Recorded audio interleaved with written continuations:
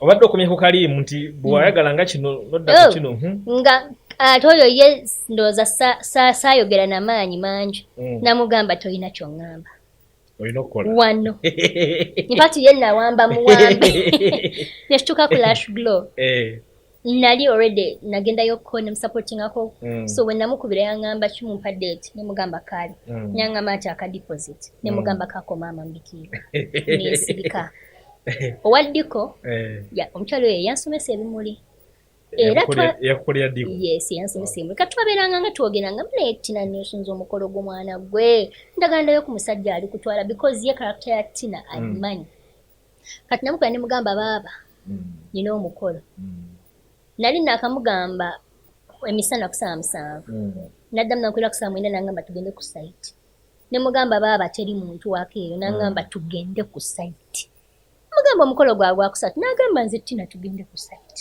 amira diko nga yakugamba nangamba tugende ku site nemugamba baba tulindeko nagivuga paka nakawuka tumudde napima nemugamba kati nze baba ne kalasi zirina kati nze baba ngenda kukola ki nangamba tewali buzibu date ki kiyino omukulu gye yatuwadde nangamba kale tubale bwetuti netugatta omukolo nangamba omututimbe gw'ensimbi nemugamba baba kati ole wetuti nga ekyali kimpesaako deposit I wanted them I wanted you people oyajja mu bwongo bamu ndowoozayo abeere nga tagenda kukyuka yes saatambula nnyo because nali mmanyi kyenjagala ziwa and I knew at the back of my mind even without the status of the name Tinah they were not going to disappoint I knew because those service providers bonna nga bwe nabamenya nali siwulirangako bad review ku bantu abo so naloota last year yes nembyogera nga kyalina nakungamba nti oba balimpasa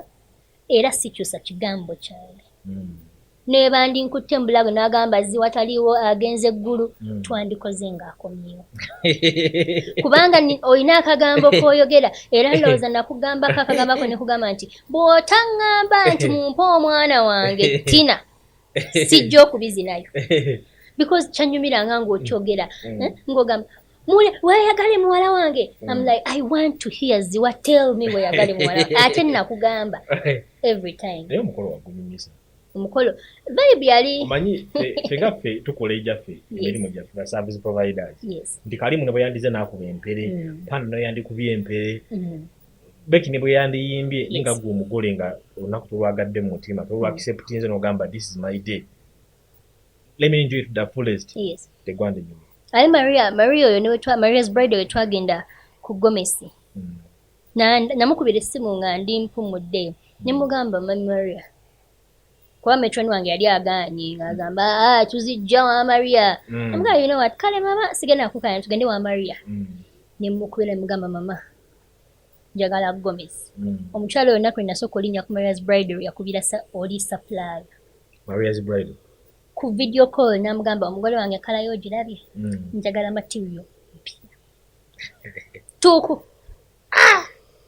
kiki ekyali kikutambulira ekisanga kyali kingi ekyali kikuyiikako nga buli wotuuka bakwanguyiriza nsonga tewali muntu yankaluubiriza kati event plan agenda okujja waliwo kati nga veil juice oye we didn't communicate physically abamataala biki even with you I didn't communicate with your team I talked to you but I was very happy with how everybody responded quickly era nange kyampa amaanyi okusasula sente z'abantu okuggwayo because everyone wanted to work I was very happy with that buli omu tewali n'omu yandisappointing arrived on time worked mwenna mwakolanga muli very happy tewali n'omu yali atunyulira munne bubi buli omu yakola it was beautiful tubaddewo awo ku challenges obulaze nti buli kimu kyatambula bulungi era ndowooza mu bagole abanyumya ebizibu ebisangiddwa mu mikolo gwe toliimu twagala abantu babuulire tusuubira nti buli kirungi kyotuukako mu nsi muno oba omuntu yenna kiba akate birungi ebikigoberera okuva lwava mu mukolo gwo oba okuva olunaku otandika okuteekateeka omukolo ensi nekimanya nti Tinah agenda kukyaza oba agenda kwanjula omusajja ewaabwe kirungi ki oba birungi ki ebize mu bulamu bwo nga I don't take them for granted before the whole entire group of people would know nti nina omukolo because omukolo twagwanjulako ennaku ntonotono. But my family, ate oba we became more closer. The family members. Yes. Especially my mom's side of the family. We became so close. Nga buli omu akufaako, olidde, oli bulungi, towe stressinga, kiki oyagala, totambula. We became so close. Kati ne bakazinzi bange abaali bafunadde obufumbo. They were calling, it's okay if you need anything, let us know. Era kisigadde bwekityo. We became very close with my family. Naye, kwekyo bw'okyogerako, webaze maama wo. Omukyalo oyo yankubiranga amasimu kyenkana on a daily basis. Nga ngamba kibuziwa. Akana kayenkana anyumirwa. Mama yankubiranga amasimu. Nga baziwa. Akana kayenkana anyumirwa. Twatwagala ku ssaawa esembayo. Nga baziwa. Buli kimwe kinanyumira. Like kinakolera olunaku lumu nange lunyume. Because I know you didn't have an idea kubeki nti agenda kujja kuyimba. No, I didn't. We planned ekintu kya Beki okujja okuyimba nze ne maama. Nagamba saagala Tinah kimanyi. Like I want to surprise my daughter. Like njagala kumwongereramu ako bambi kuba yitena program ya muyimbi yenna mu mutwe gwe. Naye njagala kimugweko bugwi. Bambi nakwata akasenga ak'ekikazi. Kubanga era omuzadde nina omwoyo maama. Ekitegeera. Just know nina omwoyo. Your mother loved your function so much. She did. Kubanga omwana yazaala omu bw'ati. But then nakuzaala weko omuwala. Oh, of course, si muwala. Mama nga alina omwana omunze. Kanisa kolindeko. Nze yaŋŋambanga.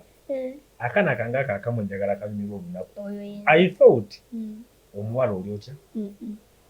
Ali omwana omumunsi. Twaggwayo teri mukolo omulala mpumudde.